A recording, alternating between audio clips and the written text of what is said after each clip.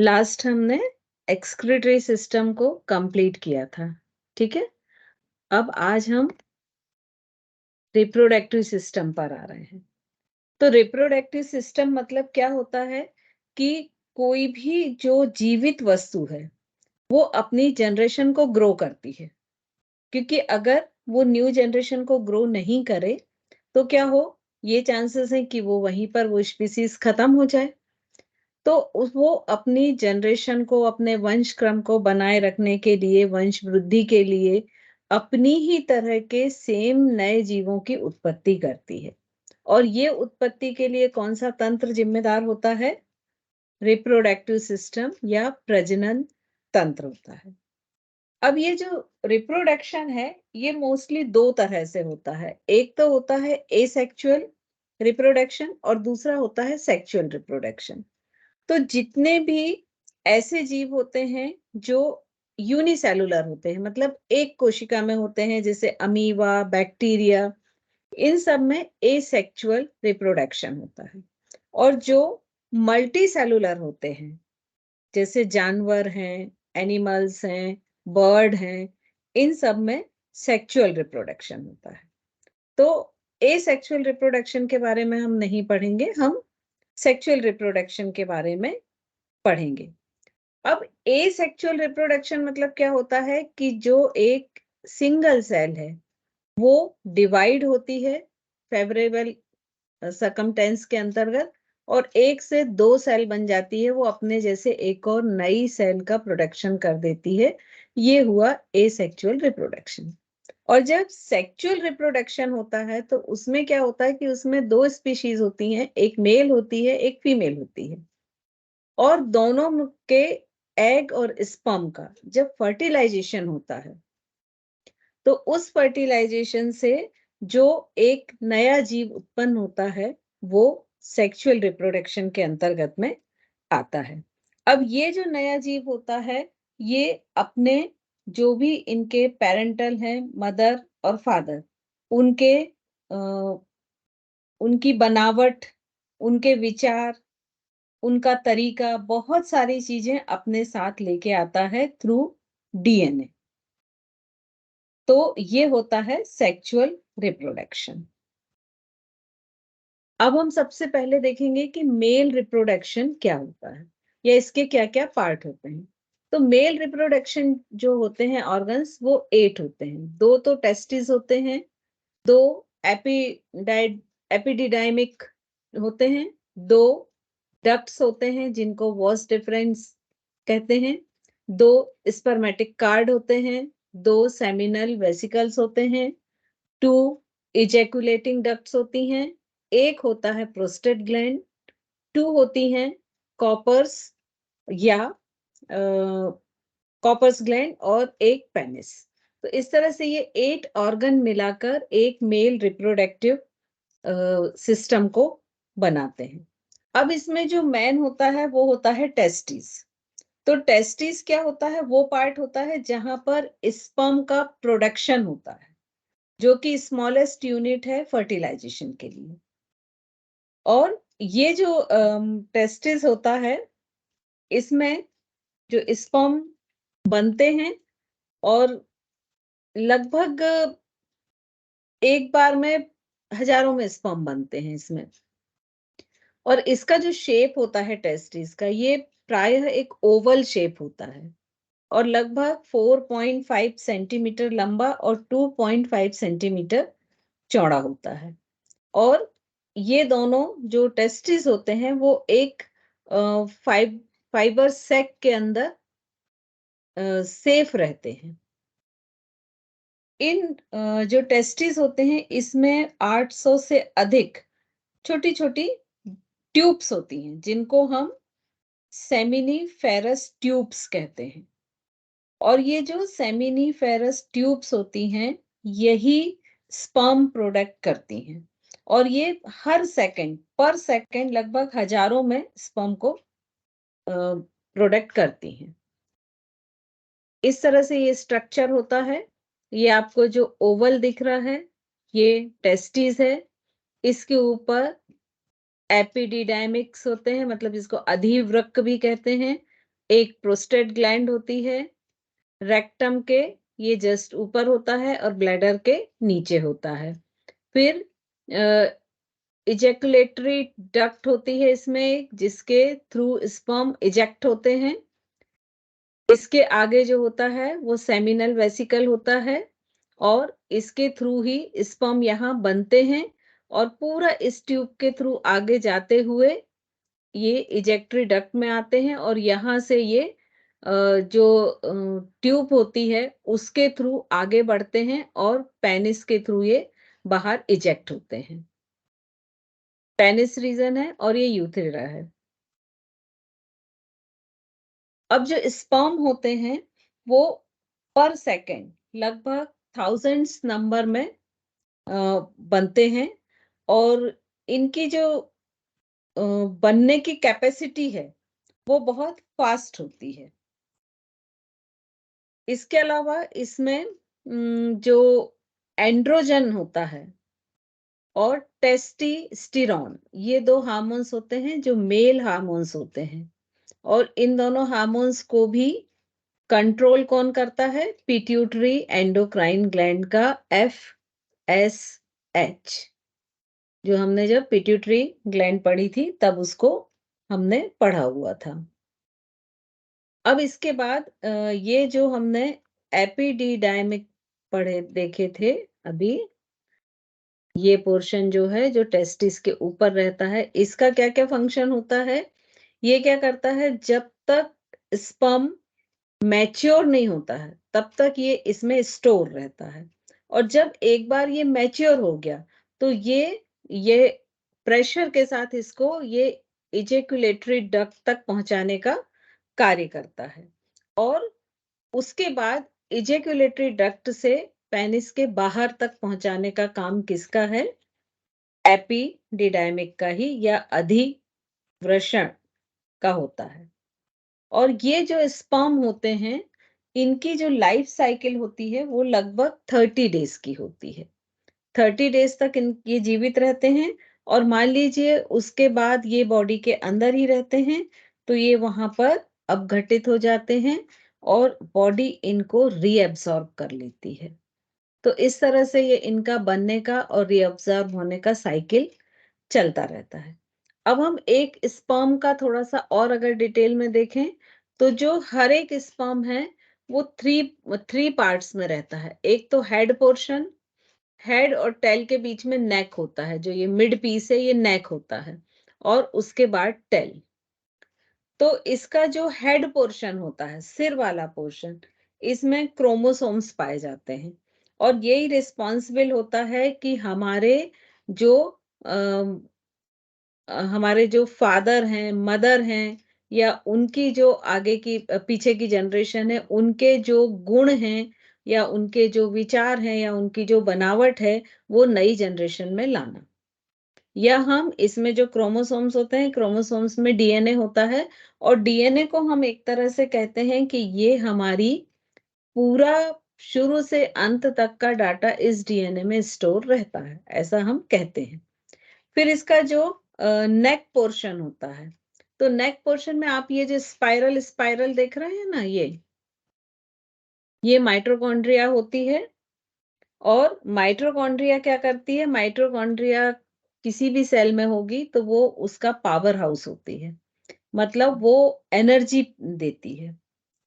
तो ये इसका नेक का काम हो गया और लास्ट पोर्शन इसका कौन सा है? टेल। टेल इसको जो है गतिशीलता या मोटिलिटी देती है और वो टेल को ही लिक्विड में मूव करके तैरता है और आगे बढ़ता है। तो इस तरह से यदि हम देखें तो ये पूरा स्पर्म की स्ट्रक्चर होता है। अब जब कभी भी एक बार इजेक्शंस होता है तो उसमें लगभग नॉर्मल जो स्पर्म काउंट होते हैं वो लगभग 30 टू 50 करोड़ होते हैं। 30 से 50 करोड़ जो होते हैं वो स्पर्म नॉर्मल काउंट होते हैं जो एक इजैकुलेशंस में बॉडी के बाहर आते हैं। अगर इससे कम होते हैं 30 से नंबर्स कम होता है, 20 तक होता है, तो उस कंडीशन में मेल जो है वो इनफर्टाइल होते हैं और उसको हम क्या कहते हैं? ओलिगोस्पर्मिया। और कई बार ऐसा होता है कि स्पर्म बनते ही नहीं हैं और स्पर्म टोटली ज़ीरो होते हैं। तो उस कंडीशन में भी वो इनफर्टाइल होता है मेल और उस कंडीशन को क्या कहते हैं? एज़ोस्पर्मिया। तो ये जो है ये स्पर्म से रिलेटेड प्रॉब्लम्स हैं जो मेल में पाई जाती हैं। कई बार क्या होता है कि जैसे मम्स की बीमारी है या कुछ और इन्फेक्शन है, उनके कारण भी स्पर्म का बनना रुक जाता है। तो मेल में जो इनफर्टिलिटी होती है, उसका एक तो कारण हो गया स्पर्म काउंट, दूसरा कारण हो जाता है कि जो स्पर्म तो है, लेकिन वो एबनॉर्मल है, हेल्दी नहीं है या वो इस तरह के हैं कि उनका प्रॉपर मैच्योर प्रॉपर नहीं हुए हैं। और तीसरा कारण क्या होता है कि एबनॉर्मल मोबिलिटी, मतलब स्पर्म भी हैं, हेल्दी भी हैं, लेकिन उनका जो मोशन है, उनका जो प्रचलन है, मोबिलिटी है, वो प्रॉपर नहीं है। क्योंकि ये मोबिलिटी ही होती है जो उनको आगे की ओर बढ़ाती है। तो इस तरह से मेल में मेन ये 3 रीज़न होते हैं, जिसके कारण इनफर्टिलिटी की प्रॉब्लम जनरेट होती है। अब ये जो सेमिनल वेसिकल होता है, सेमिनल वेसिकल इस पिक्चर में हमने देखा था, ये सेमिनल वेसिकल है जो आपको इस पोर्शन में दिख रहा है। ये एक छोटे-छोटे बैग जैसे स्ट्रक्चर होते हैं और इनसे अल्कलाइन फ्लूइड सीक्रेट होता है। और ये जो अल्कलाइन फ्लूइड सीक्रेट होता है, उसमें क्या-क्या होता है? वाटर होता है, फ्रक्टोज होते हैं, प्रोस्टाग्लैंडिन्स और विटामिन सी होते हैं। और ये जो फ्लूइड होता है, यही स्पर्म को न्यूट्रिशंस देता है, मतलब पोषक पदार्थ उपलब्ध कराता है। और यही फ्लूइड होता है जिसको हम सीमेंस कहते हैं या वीर्य कहते हैं। और ये जब तक इजेक्शन होकर स्पर्म फर्टिलाइज नहीं होता है, तब तक ये स्पर्म को सेव करने का काम भी करता है। और जो प्रोस्टेट ग्लैंड होती है, वो क्या करती है कि इसमें कुछ लिक्विड को इस लिक्विड को बैलेंस बना के रखती है और इसमें कुछ ऐसे केमिकल्स को डालती है कि जो ड्यूरिंग फर्टिलाइजेशन जो फीमेल में जो एसिडिक है या फीमेल यूटेरस में जो एसिडिटी है, उसको न्यूट्रलाइज कर दें। क्योंकि स्पर्म एसिडिक एटमॉस्फेयर में सरवाइव नहीं कर पाते हैं। उनके लिए अल्कलाइन होना बहुत ज़रूरी होता है। तो इस तरह से इनका मेन काम होता है कि ये उस समय जो प्रोस्टेट ग्लैंड से जो सीक्रेशन होता है, वो वेजाइना की एसि एसिडिक जो उसका मीडियम होता है, उसको न्यूट्रल कर देती है। तो इस तरह से ये और एक लुब्रिकेशन भी उसमें ऐड ऑन करती है। तो अब इस तरह से हम देखें कि जो सीमन बनता है, तो सीमन में लगभग 1% तो स्पर्म होते हैं और 90% जो होता है वो वाटर होता है। और इसके अलावा इस वाटर के अलावा इसमें क्या होता है? Fructose, vitamin C, inositol, calcium, zinc, magnesium, copper और सल्फर। ये सारे चीजें इस सीमेन में पाई जाती हैं। और जब एक बार सीमन का इजेक्शन होता है, तो उसमें लगभग 3 टू 4 ml जो सीमन है, वो सीक्रेट होता है और उसमें लगभग 30 से 50 करोड़ जो हैं, वो स्पर्म रहते हैं। इसके बाद हम आते हैं पेनिस पोर्शन पे। तो पेनिस पोर्शन के 2 काम हैं। एक तो है कि जब हम यूरिन को शरीर से बाहर करना थ्रू यूरेथ्रा, और सेकंड है कि जब इंटरकोर्स होता है, उस समय फर्टिलाइजेशन के लिए जो इजेक्टरी डक्ट है, उससे स्पर्म को वेजाइना में धक्का देना या उसमें हेल्प करना डालने में। तो इस तरह से ये 2 मेन काम होते हैं पेनिस के।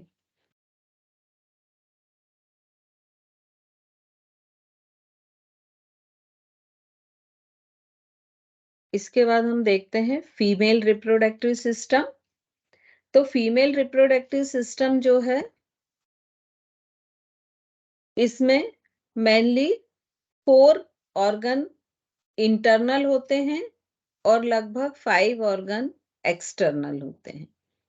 तो इंटरनल जो ऑर्गन होते हैं वो क्या-क्या होते हैं? ओवरीज एक पेयर, यूटेराइन ट्यूब या इसको फैलोपियन ट्यूब्स भी कहते हैं, ये भी एक पेयर होती है, मतलब 2 होती हैं।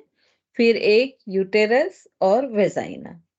तो इस तरह से ये फीमेल रिप्रोडक्टिव सिस्टम बनता है। अब इसमें जो ओवल होता है, ओवरी होता है, उससे ओवम बनता है। जैसे टेस्टिस से स्पर्म बनता है, वैसे फीमेल पार्ट में ओवरी से ओवम बनता है। और जो ये ओवरीज होती हैं, इसमें आप देखिए ये व्हाइट कलर की ये जो दिख रही हैं, ये ओवरीज हैं और ये लगभग इस तरह से ये बादाम के शेप की रहती हैं, हल्के भूरे रंग की, और ये गर्भाशय के या यूटेरस के दोनों तरफ रहती हैं। अब इस ओवरी में ओवम का निर्माण होता है। वो कब होता है? जब फीमेल हार्मोन्स जो हैं वो सीक्रेट होते हैं और इनका सीक्रेशन शुरू होता है और ओवम का निर्माण, ये प्रोडक्शन शुरू होता है। तो ये लगभग एक ऑन एवरेज देखें तो फीमेल्स में 12 से 16 साल तक की एज में ये कभी भी शुरू हो जाता है। अभी रिसेंट में थोड़ा-सा जल्दी भी होने लगा है, बट एक एवरेज यही माना जाता है। प्रेज़ेंट में तो यदि हम देखें तो 8 और 10 ईयर की जो फीमेल्स है उसमें भी कई बार शुरू हो जाता है। और लगभग एक पूरी लाइफ साइकिल में एक फीमेल में लगभग 500 फॉलिकल्स या ओवम बनते हैं।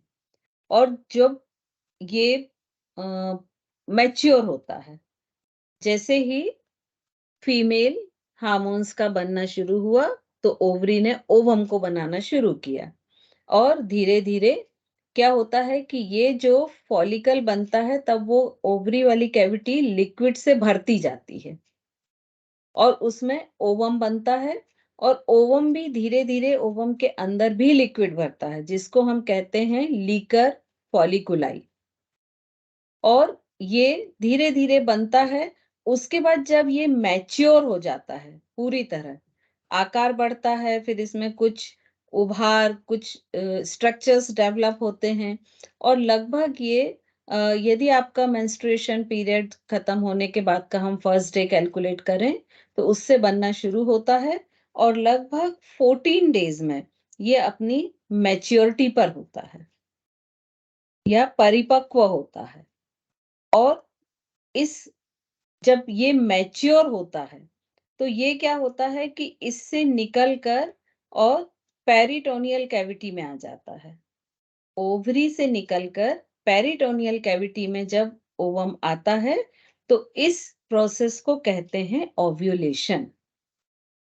और ओव्यूलेशन के बाद वो वहाँ वेट करता है और उस समय यदि उसका स्पर्म के साथ फर्टिलाइजेशन हो जाता है, तो वो एग फर्टिलाइज होता है और कुछ समय बाद यूटेरस में आ जाता है। इन केस वो फर्टिलाइजेशन नहीं होता है, तब क्या होता है कि जब तक ये 14 दिन में मैच्योर हो गया, अब जो फीमेल एस्ट्रोजन है हार्मोन्स वो और अधिक सीक्रेट हुआ। तो ओव्यूलेशन के बाद क्या प्रोसेस होता है कि हमारा जिस फीमेल बॉडी का स्ट्रक्चर है, वो यूटेरस जो है, वो पूरा इस सेंस में तैयार होता है कि वो एग फर्टिलाइज होने वाला है। तो उसके दौरान क्या होता है कि अंदर जो एंडोमेट्रियम ये आपको दिख रही है, ये यूटेरस है पूरा, थैलीनुमा स्ट्रक्चर जो आपको दिख रहा है, इसके ऊपर का भाग फंडस है, ठीक है? इसकी सबसे इनर जो लेयर होती है, वो होती है एंडोमेट्रियम। सेंटर की होती है मायोमेट्रियम होती है।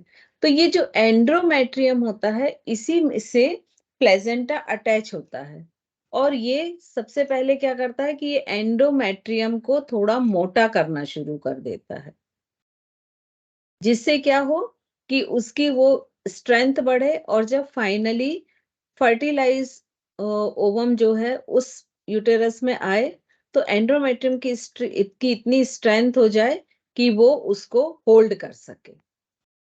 ठीक है, तो ये मोटी हो जाती है और उस समय जो फीमेल के ब्रेस्ट हैं वो थोड़े से हैवी हो जाते हैं और हैवी होने के साथ वो तैयार होने लगते हैं मिल्क प्रोडक्शन या मिल्क ग्लैंड्स को एक्टिवेट करने के लिए। लेकिन यदि मान लीजिए वो फर्टिलाइज नहीं होता है, तब क्या होता है कि वो कुछ समय के बाद डिस्ट्रॉय हो जाता है और उस डिस्ट्रॉय के बाद वो यूटेरस में आता है ओवम, और ओवम जब यूटेरस में डिस्ट्रॉय होके आता है तो जो एंड्रोमेट्रियम जो एक्स्ट्रा मोटी हुई है वो उसका भी एक्स्ट्रा पार्ट यूटेरस में गिर जाता है और ये पूरा लिक्विड और ये पूरा पार्ट वेजाइना के थ्रू बॉडी से बाहर हो जाता है और इसी प्रोसेस को हम कहते हैं मेंस्ट्रुएशन या मंथली पीरियड। तो इस तरह से ये जो साइकिल है ये चलता रहता है।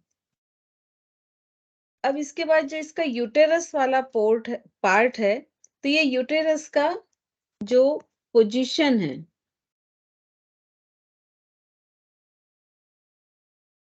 यूटेरस की जो पोजीशन है, इसमें शायद बताई नहीं है मैंने, कोई बात नहीं। यूटेरस की जो पोजीशन है वो जो रेक्टम के आगे, रेक्टम मतलब हमारे लार्ज इंटेस्टाइन के बाद का पार्ट जहां पर हमारा फूड वेस्ट प्रोडक्ट कलेक्ट होता है, और यूरिनरी ब्लैडर के पीछे, मतलब रेक्टम और यूरिनरी ब्लैडर के बीच में जो होता है वो यूटेरस होता है और इसका जो शेप होता है वो एक उल्टी नाशपाती इन्वर्टेड पियर के समान होता है। इसका जो आकार होता है वो लगभग 7.5 सेंटीमीटर लंबा और 5 सेंटीमीटर करीब चौड़ा होता है। इसका वजन लगभग 30 ग्राम होता है। लेकिन जब एग फर्टिलाइज होकर इसमें यूटेरस में आता है तो ये अपना इसका जो नॉर्मल शेप है उससे ये 6 to 7 टाइम्स बड़ा हो सकता है। इसके जो मसल्स होते हैं उनकी फ्लेक्सिबिलिटी इतनी अधिक होती है कि ये अपने आप को 6 to 7 टाइम्स स्ट्रेच कर लेते हैं और जैसे ही डिलीवरी होती है तो ये वापस अपनी पुरानी पोजीशन में आ जाता है। तो ये यूटेरस का काम होता है। यूटेरस का जो लास्ट पार्ट होता है जिसको हम अ, हिंदी में इसको क्या कहते हैं मुझे भी ध्यान नहीं आ रहा, अभी याद आएगा तो बताऊंगी। जहां जो इसका पैसेज होता है या जो वेजाइना में खुलता है, ये जो इसका डोर होता है इसको कहते हैं सर्विक्स। और जब ये सर्विक्स खुलता है तब ये वेजाइना में आता है और वेजाइना के थ्रू वो जो फर्टिलाइज फीटल है वो बॉडी के बाहर आता है। तो इस तरह से अगर इसका लाइफ साइकिल आप देखें तो कैसा होता है कि सबसे पहले ओवम जो है वो ओवरी में प्रोड्यूस हुए, दोनों ओवरी में। फिर यहाँ से ये पेरिटोनियल कैविटी में गए और इन्होंने वेट किया ओव्यूलेशन के बाद। यहाँ से अगर यहाँ पर ये फर्टिलाइज हो जाते हैं तो ये जो फेलोपियन ट्यूब्स हैं दोनों में दिख रही हैं, इन फेलोपियन ट्यूब्स के थ्रू वो कहाँ आ जाते हैं, यूटेरस में। यूटेरस में पूरी उस फीटस की बॉडी बनती है और जब फाइनली 9 मंथ्स कंप्लीट हो जाते हैं तो 9 मंथ तक ये सर्विक्स बंद होता है। 9 मंथ में डिलीवरी के कुछ समय पहले ये सर्विक्स खुलना शुरू होता है और वेजाइना के थ्रू वो फीटस बाहर आ जाता है। तो इस तरह से ये पूरी लाइफ साइकिल होती है और यदि सपोज यहाँ पर फर्टिलाइज नहीं होता है तो ये डिस्ट्रॉय होके इसका वेस्ट यूटेरस में आ जाता है। साथ ही जो एंडोमेट्रियम का एक्स्ट्रा होता है वो सब आ जाता है और सर्विक्स खुलता है और उसके बाद वेजाइना के थ्रू ये वेस्ट बॉडी के बाहर बाहर जो है वो पास आउट कर दिया जाता है। तो इस तरह से ये फीमेल रिप्रोडक्टिव सिस्टम है। अब मेल फीमेल रिप्रोडक्टिव सिस्टम के बाद जो मेन इसके कॉन्सेप्ट लेने हैं और एक लेना है गर्भ संस्कार थोड़ा सा, तो वो मैं आपको नेक्स्ट इसमें बताऊंगी।